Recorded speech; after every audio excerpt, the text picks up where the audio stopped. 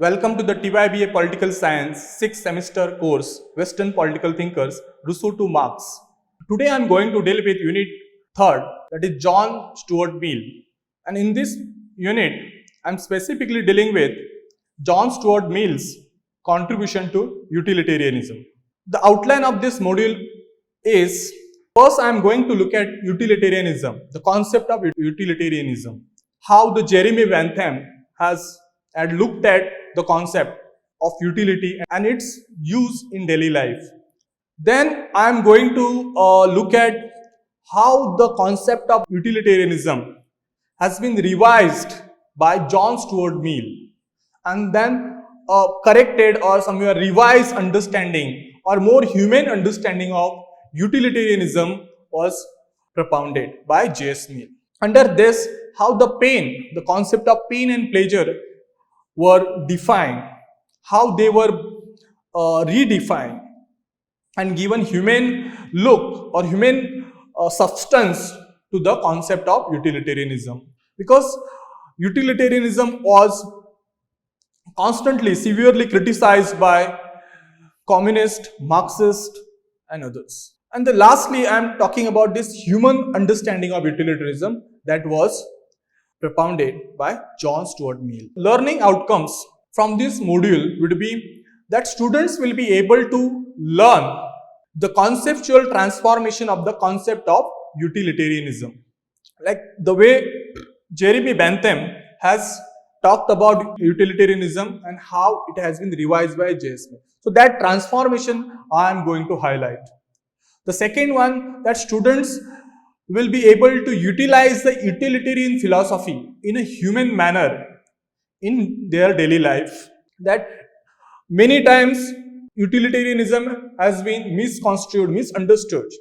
So here an attempt to present the concept of utilitarianism in a different manner.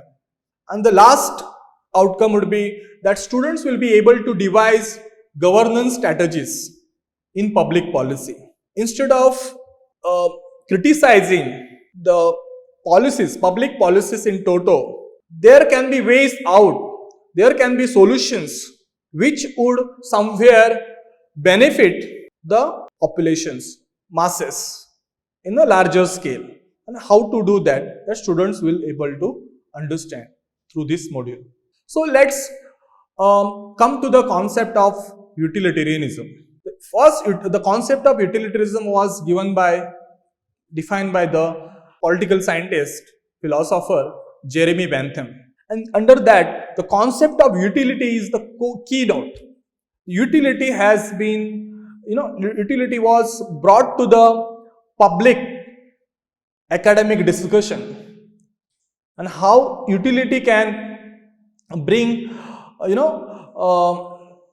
can define the public discourse, public policy discourse. That was first done by Jeremy Bentham. According to Jeremy Bentham, there is a concept of philosophic calculus that he talks about. Through this philosophic calculus, he defines the utility, and for that matter, he gives 7 criteria. The first one is how to define utility. First one is intensity, about particular thing, particular object. How strong is its feeling, that particular. How can person define the utility of that product, that thing? That is, so that person thinks about intensity. How strong is its feeling for that person? So intensity defines utility. Then the duration, how long it lasts, for how much time that person can consume it, use it. Duration also matters a lot for defining or deciding the utility of the product. Then the third one is certainty. The person always try to find out how certain we feel to have it, like how much that person is sure to have that particular product. So certainty also is very important to define the utility. Then proximity or propinquity, how near it is to us, that is how early we can have it. That also decides the utility of the product or thing, particular thing. So proximity, if it is nearby and if it is easily accessible, then person tries to have it. If something is quite far away from the person's location, then person rethink over it. Then fecundity, does it also produce other types of pleasure? If someone tries to buy something, particular thing, if it has other benefits or not, or does it only provide particular types of benefit or pleasure? If it has multiple benefits, multiple pleasures, there is high chances that person will go for that product. That increases the level of the utility, intensity of that product. So fecundity is very important. Then purity, no pain is mixed with it. If particular thing is there and there is no pain involved in it, the probability is high that person will think that this should be bought or this should be consumed or this should be considered for the use. And then extend, how far extend to others, that the benefits of that product or thing, what is the extent, how much does it benefit others? So all this criteria, the 7 criteria defines a utility of a particular thing. These 7 criteria, principles, we can say, can be used in devising a public policy.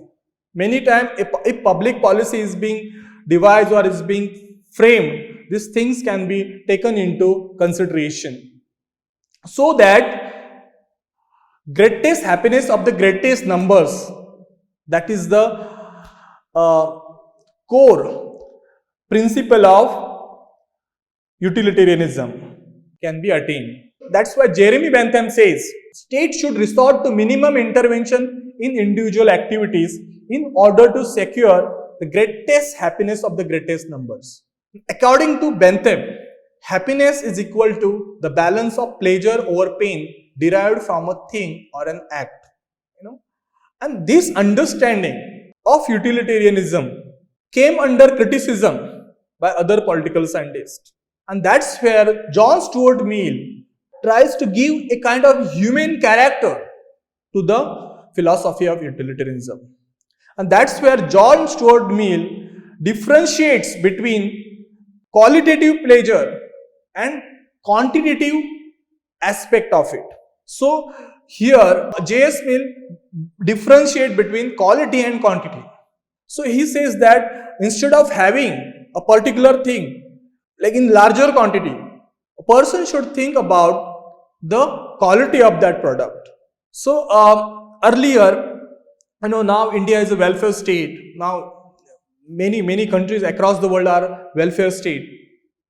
Now earlier the economic model was led by mercantile understanding, the utilitarian understanding of economics or trade and commerce. So from that individualism, mercantile individualism, to welfare state. So the change within utilitarianism is that the change from mercantile or laissez-faire to the emergence of welfare state. Now let's talk about pain and pleasure.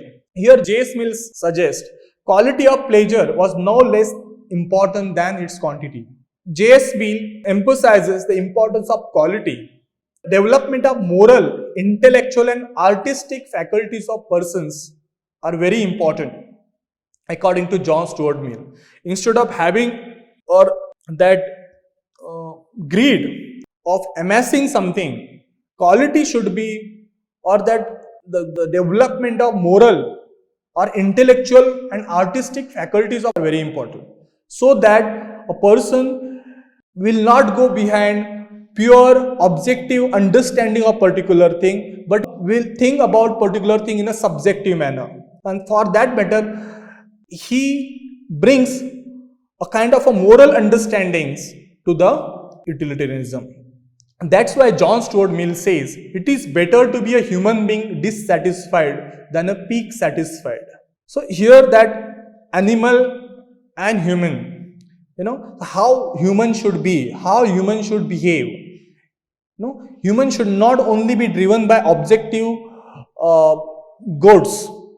There should be some kind of a reconsideration for moral, intellectual understanding as well. He also says that better to be Socrates than a fool satisfied. Better to be an intellectual man than a fool. So here J.S. Mill removes impulsiveness which was earlier associated with the utilitarianism. This is a distinction between being impulsive and being patient that J.S. Mill highlights. Now let's talk about humane utilitarianism. Human beings must stimulate each other to apply the superior faculties of our mind and spirit in order to achieve social prosperity. Why to be human? Why one should be humane or being human? To achieve social prosperity. Though utility as the ultimate standard for judging all moral issues, but the scope of this concept, utilitarianism, must be suitably expanded to make it more humane, according to J.S. Mill.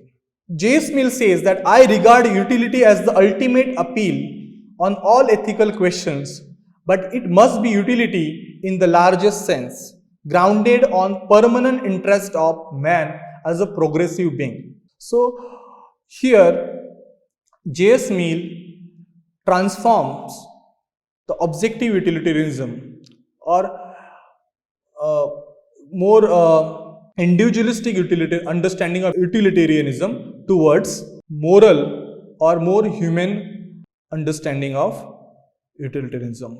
For references, thank you.